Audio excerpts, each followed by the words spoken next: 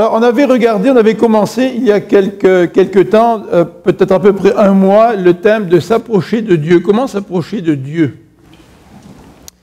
Vous avez vu dans le petit vidéo publicitaire pour ce documentaire Le Renaufrage, qu'en fait au Québec, nous vivons tous la même expérience. Ça se manifeste sous différentes formes.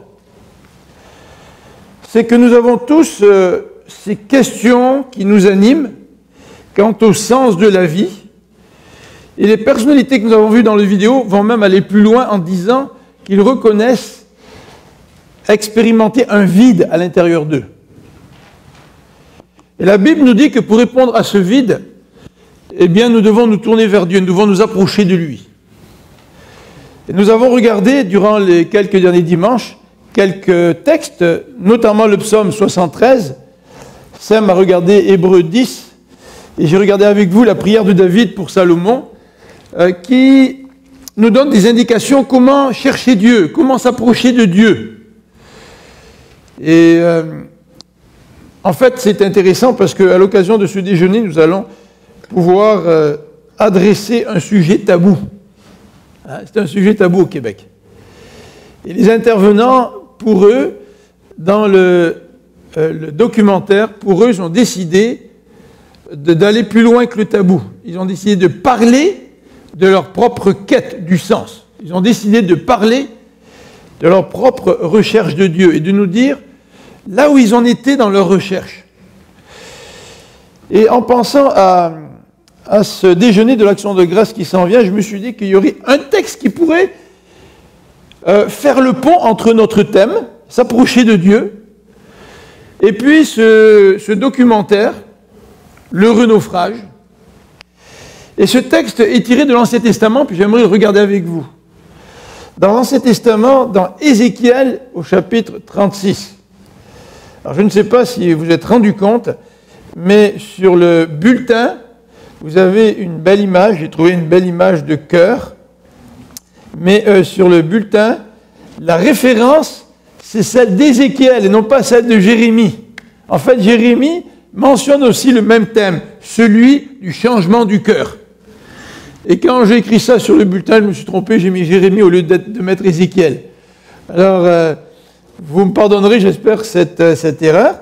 On va lire dans Ézéchiel au chapitre 36, et on va méditer ensemble les versets 26 et 27, que l'on va placer dans le contexte. Ézéchiel 36, versets 26 et 27. Alors je vous invite à regarder dans ce passage de l'Ancien Testament et à garder votre Bible ouverte parce que nous allons ensemble placer ces deux versets dans le chapitre qui forme le contexte immédiat. Alors nous lisons Ézéchiel 36, verset 26. C'est Dieu qui parle. Je vous donnerai un cœur nouveau et je mettrai en vous un esprit nouveau.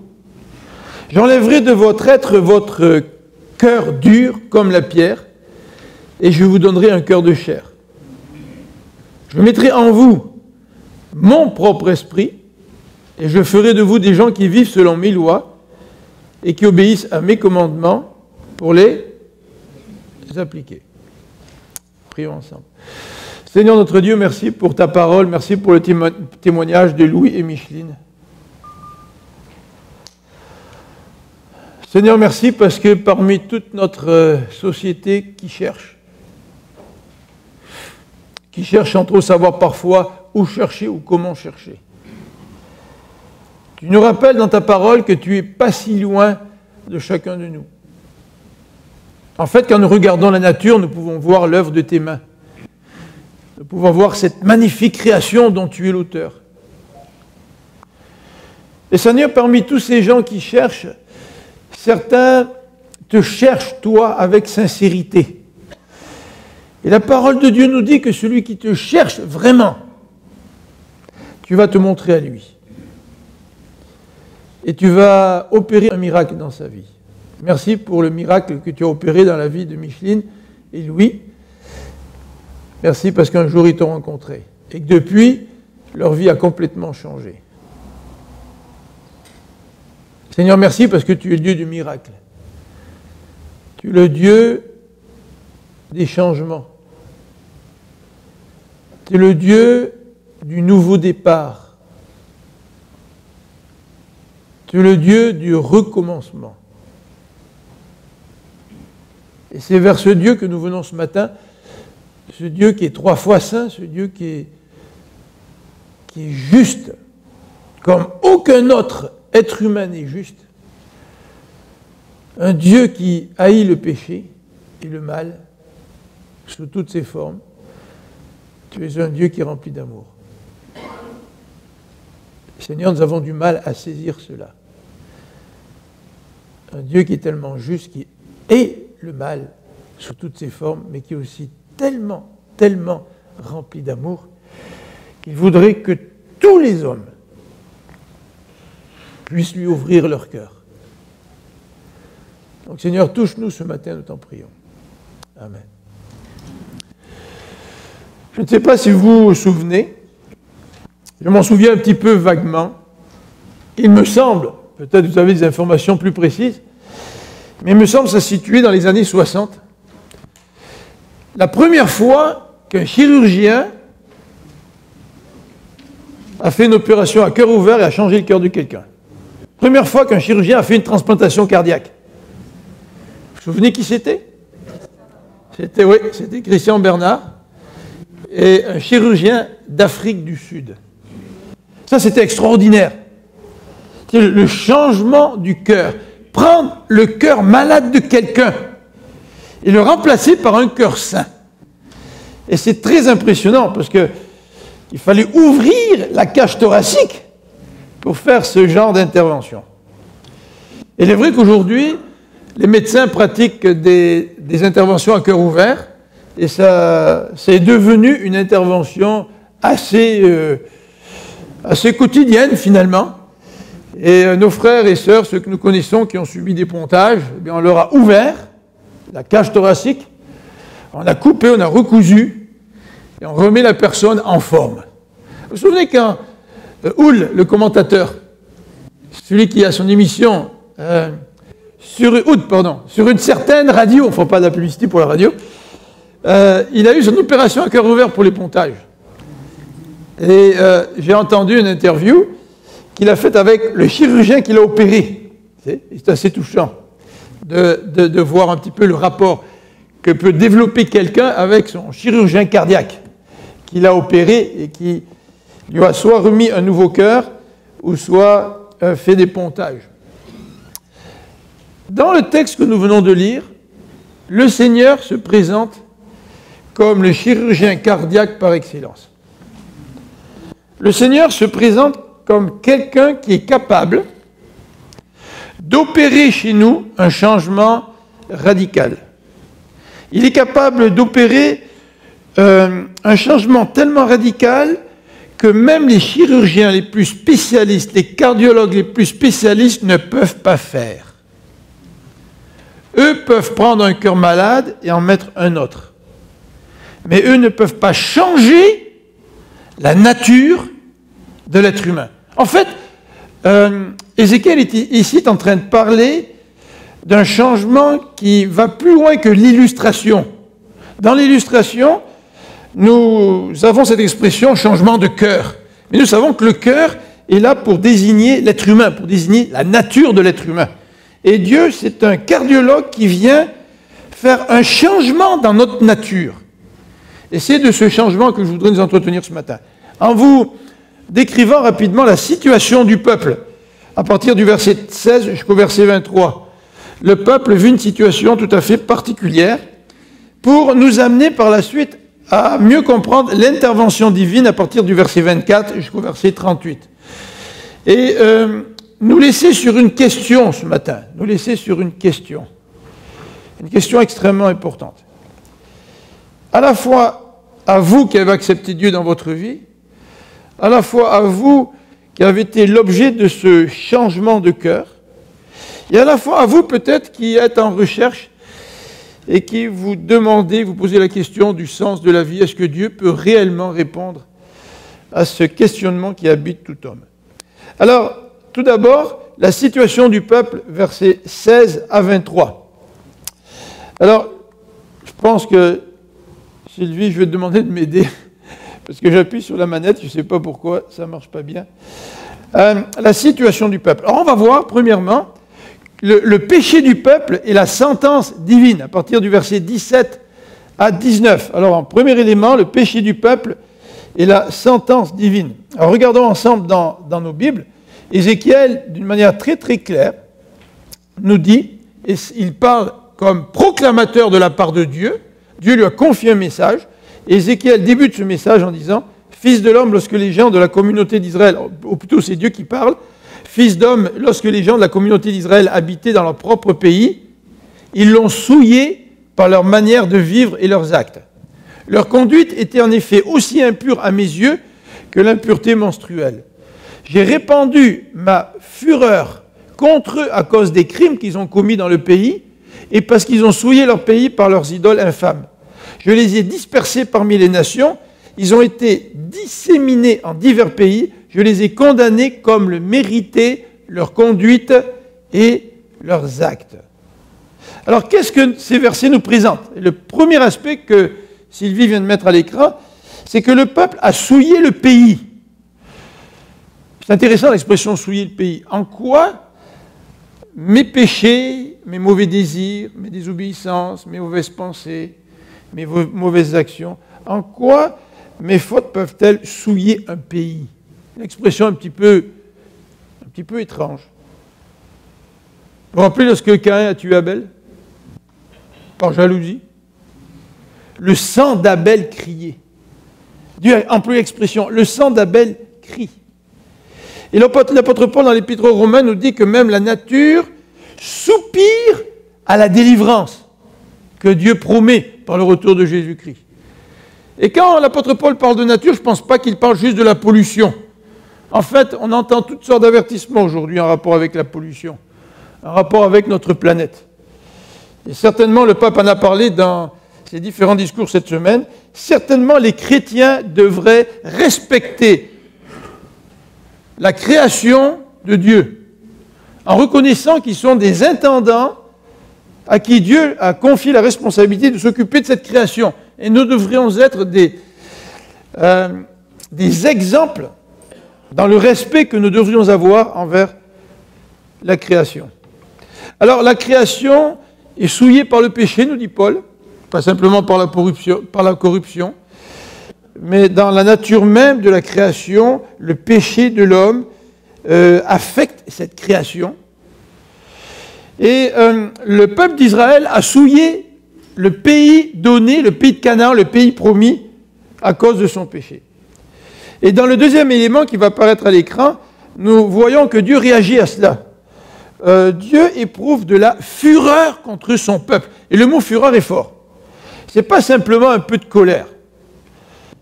Vous savez, si un de vos enfants vient toucher le beau vase que vous venez d'acheter, et puis le fait tomber par terre et se casse en 1000 morceaux, votre première réaction, ça va être une réaction de colère. Mais comme nous sommes tous des adultes qui nous contrôlons, bien nous contrôlons notre colère, puis nous réalisons que l'enfant n'a pas voulu le casser, qu'il l'a touché, peut-être il n'aurait pas dû le toucher, mais il l'a fait tomber par mégarde et il l'a cassé. Et finalement, vous réfrénez cette colère. Mais notre péché vis-à-vis de Dieu provoque en lui non pas une colère similaire à celle d'un parent qui voit son joli vase cassé, ce vase qu'il vient d'acheter, mais la colère de Dieu face au péché nous est décrite en ces termes, la fureur de Dieu. Vous savez qu'est-ce que c'est que la fureur? Quelqu'un qui est en fureur. Je ne sais pas comment la colère de Dieu se manifeste, parce que moi, quand je vois quelqu'un en fureur, ça me fait peur. Parce que j'ai l'impression que cette personne ne contrôle pas sa colère.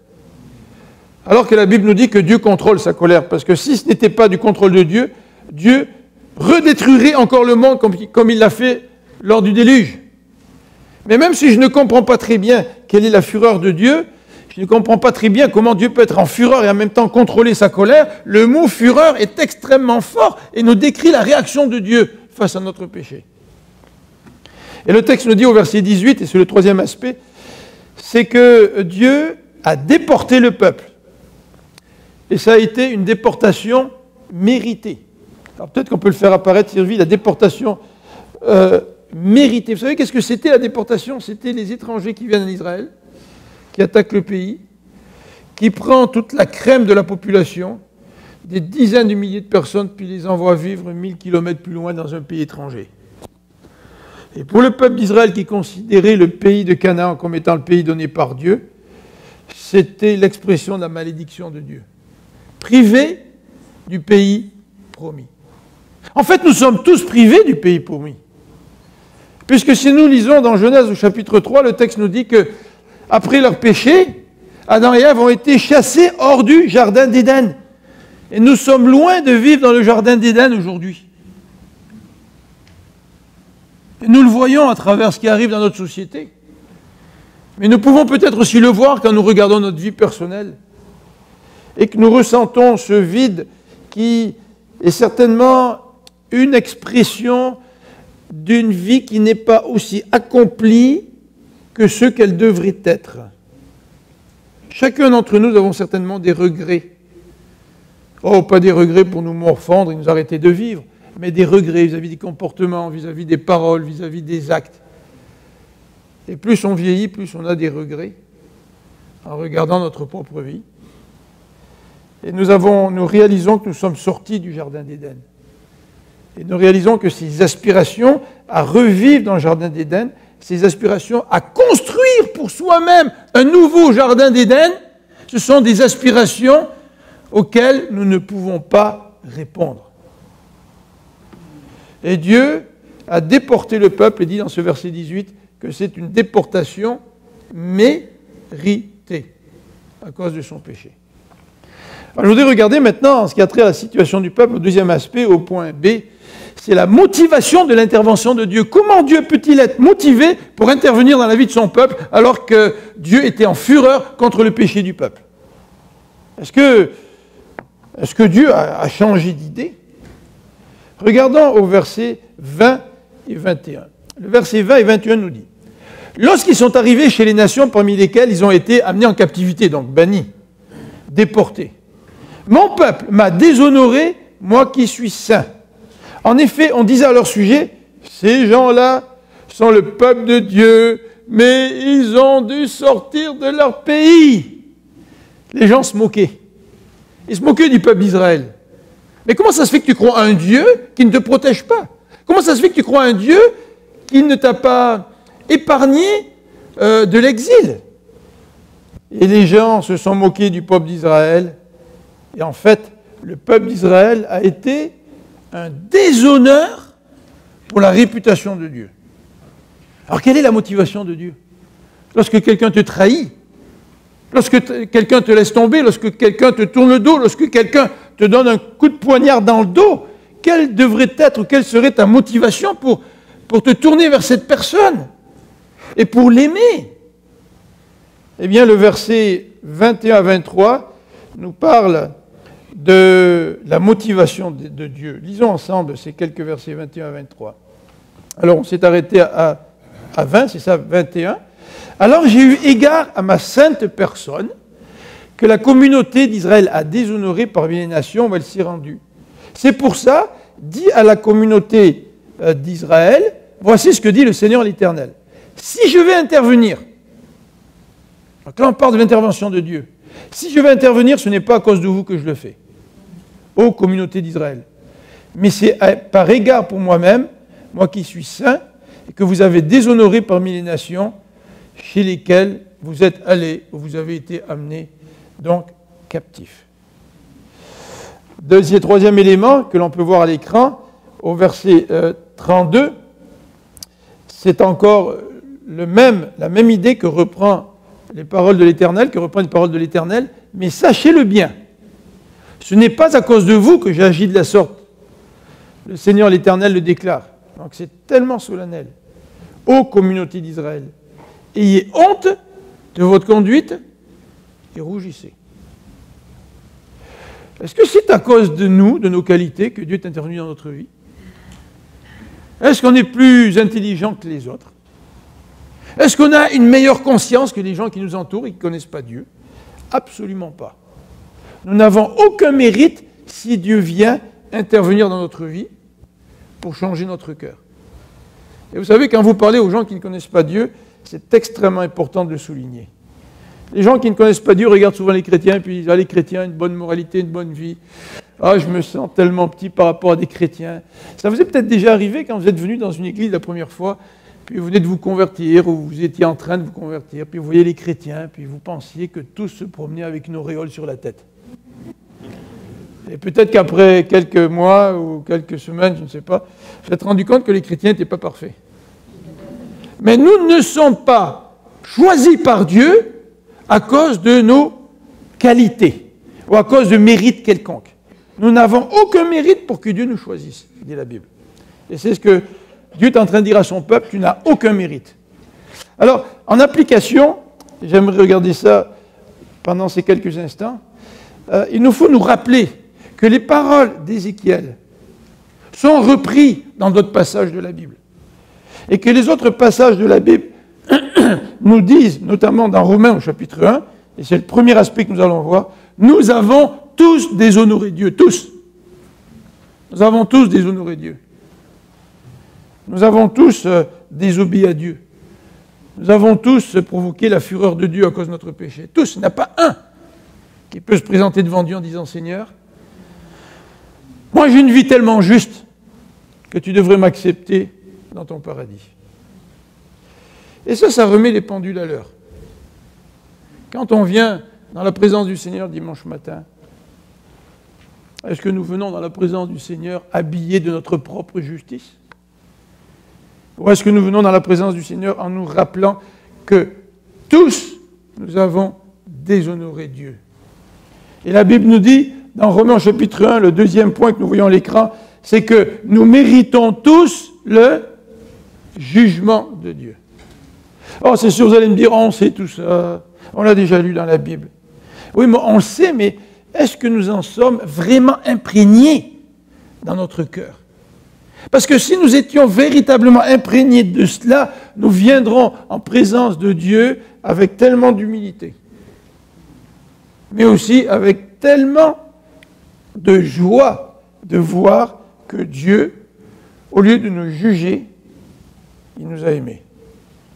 Et c'est le troisième aspect que nous avons, c'est que Dieu est motivé par un amour incommensurable envers chacun de nous.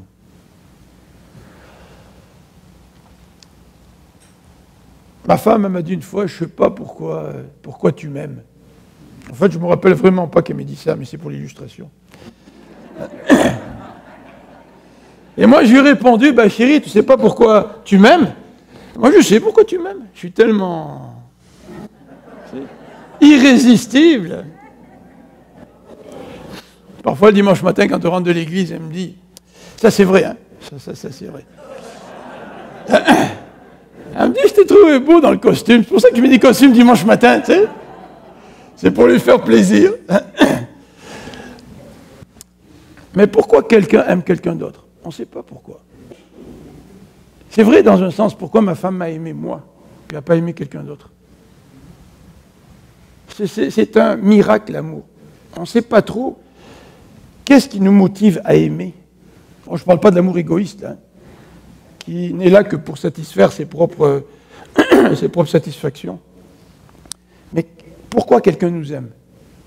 Pourquoi est-ce que Dieu m'aime? Pourquoi est-ce que j'ai choisi d'aimer ma femme et pas d'autres femmes? J'ai choisi d'aimer elle m'a choisi de m'aimer moi. Je ne sais pas. Je ne sais pas pourquoi Dieu m'a aimé. J'ai aucune idée pourquoi il m'a aimé. Je sais que la Bible nous dit que Dieu est un Dieu d'amour.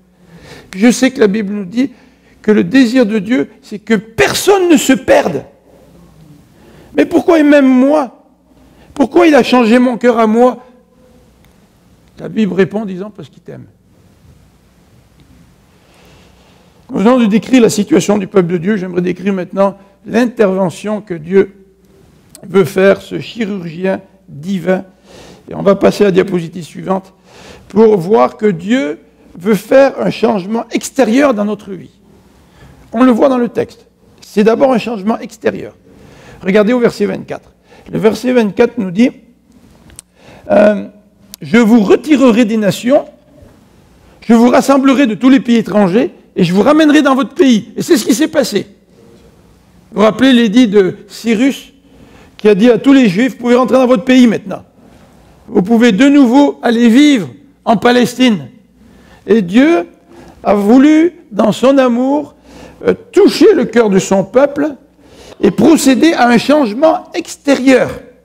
Et dans les versets 33, 37 et 38, par exemple au verset 33, il nous est dit que Dieu va repeupler les villes et on va rebâtir tout ce qui est en ruine.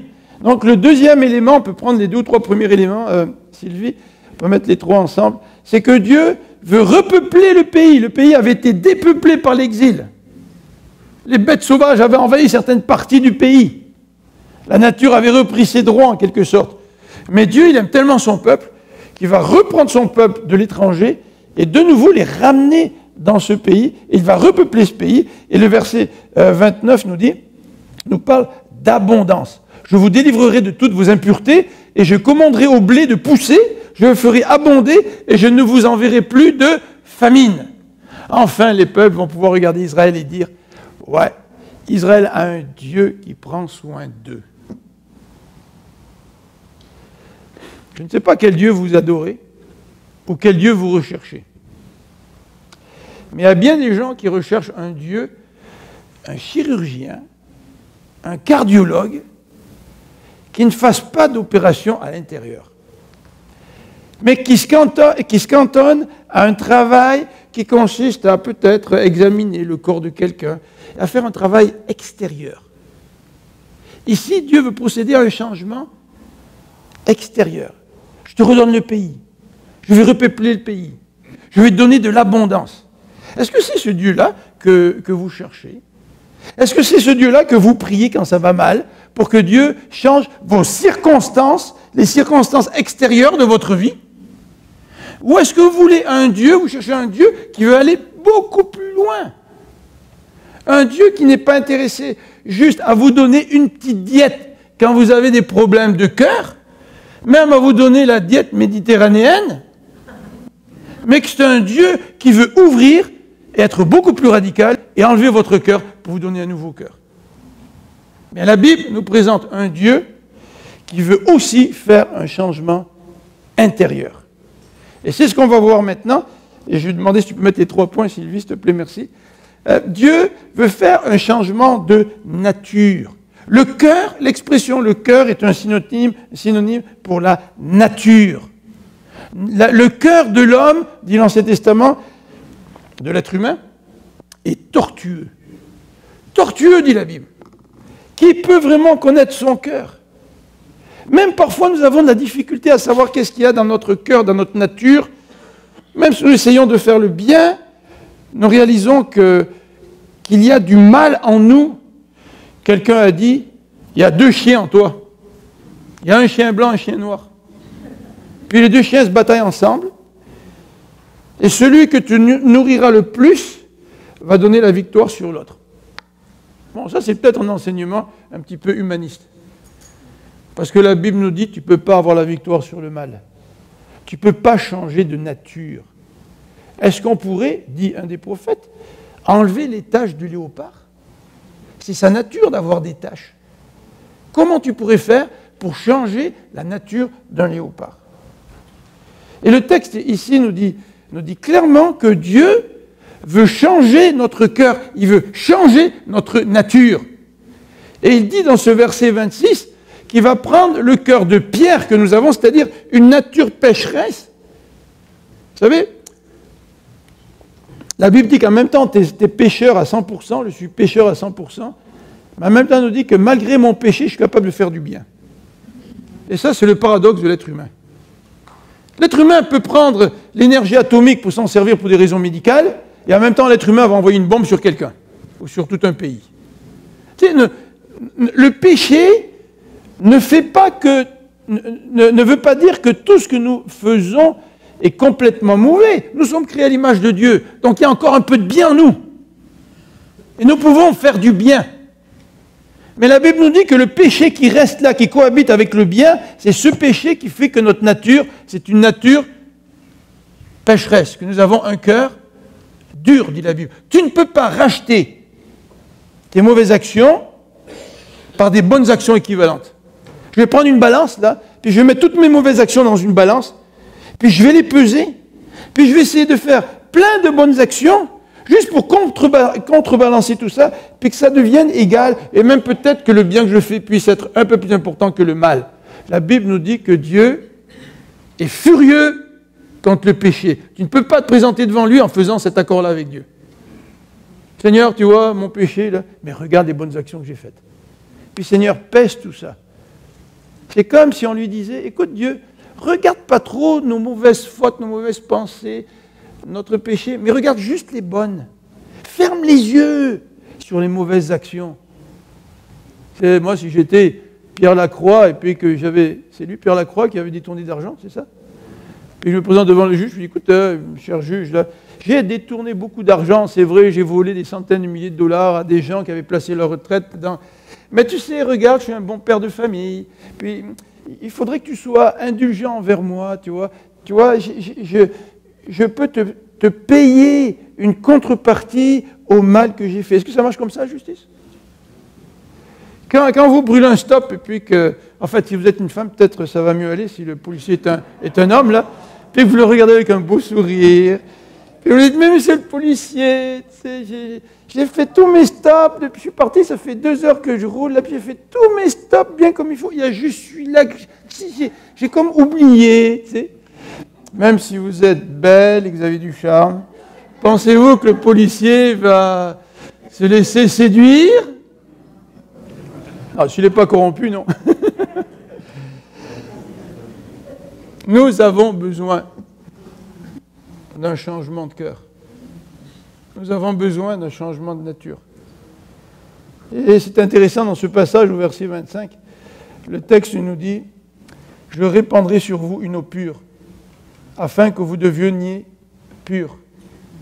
Je vous purifierai de toutes vos souillures et de toutes vos idoles.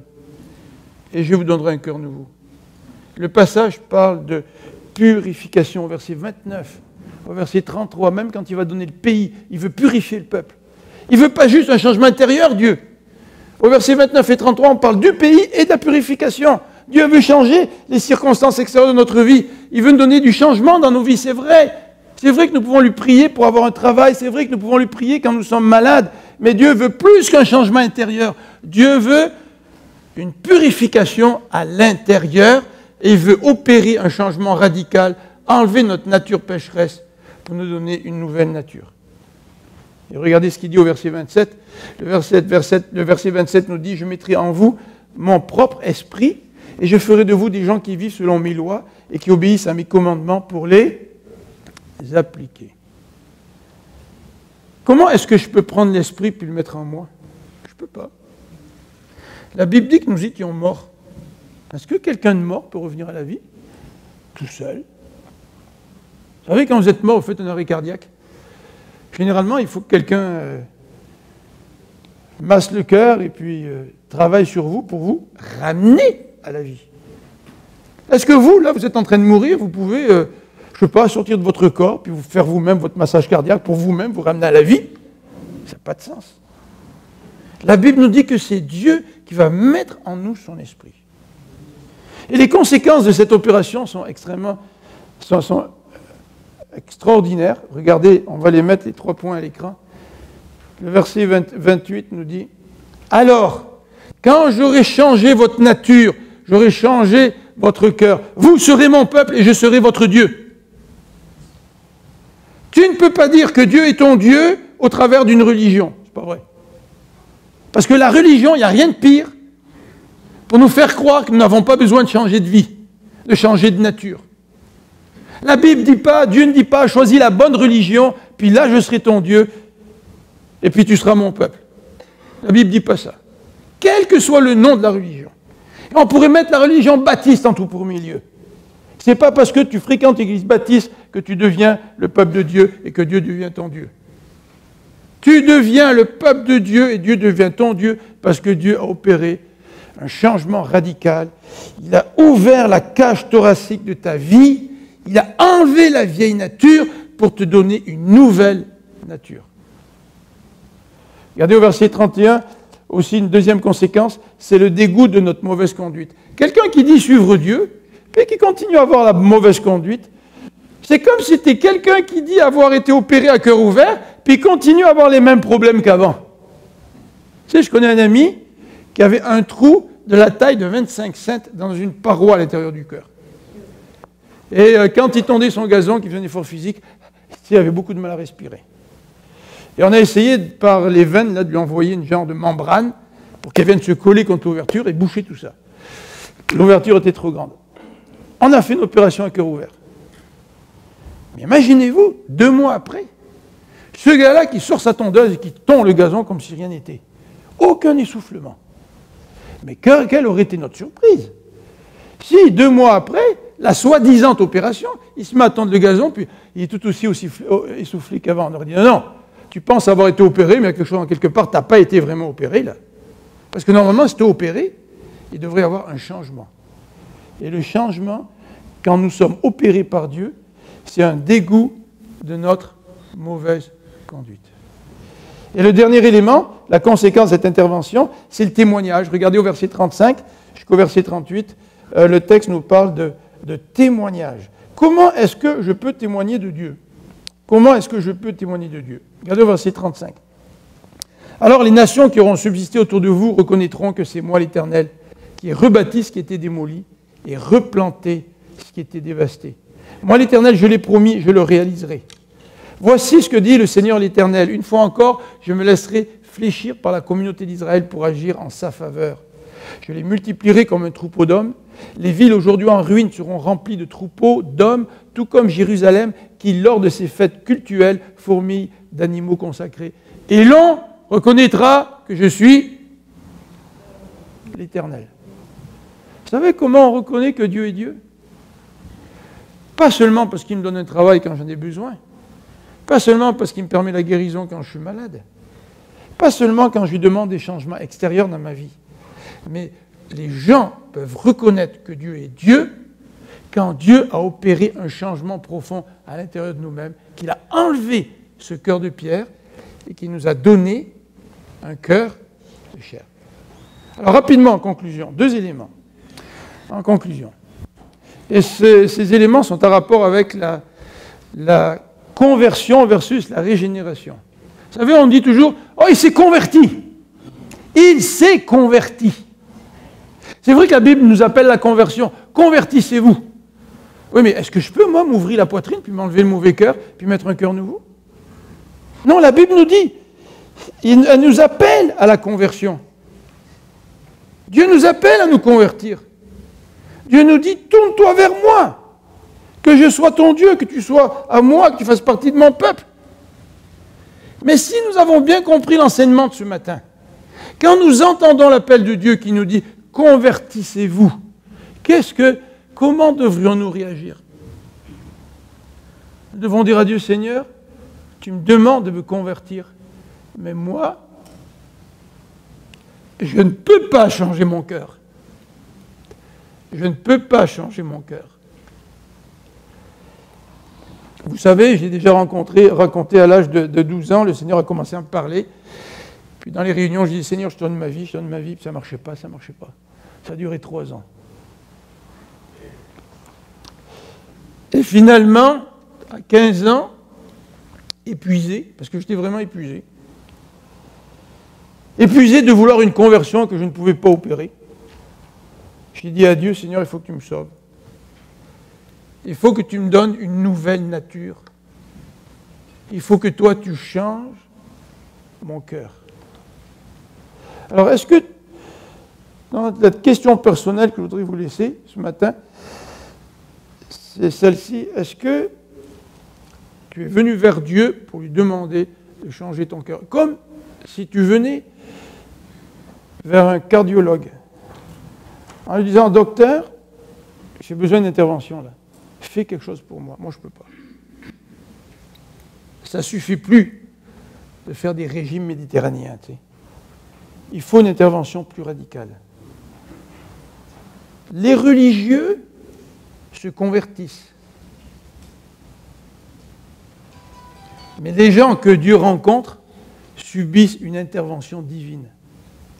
Et ça, c'est pas pareil. La deuxième question que j'aimerais vous poser, vous qui avez rencontré Dieu et qui avez expérimenté cette opération, votre thorax était ouvert et Dieu a changé votre cœur. Est-ce que vous vivez maintenant la réalité d'un nouveau cœur? Ou est-ce que vous vivez comme cet homme qui a eu des pontages, 3, 4 pontages, et qui a continué à vivre comme s'il n'avait eu aucun problème, boire autant qu'avant, ne pas faire attention à ce qu'il mange, et manger du gras autant qu'avant? Est-ce que c'est ça ce que Dieu nous appelle? Est-ce que Dieu nous appelle? Si Dieu a changé ton cœur, il a mis un nouveau cœur, un cœur de chair, comment ta vie le manifeste-t-elle aujourd'hui? On va prier ensemble pour terminer.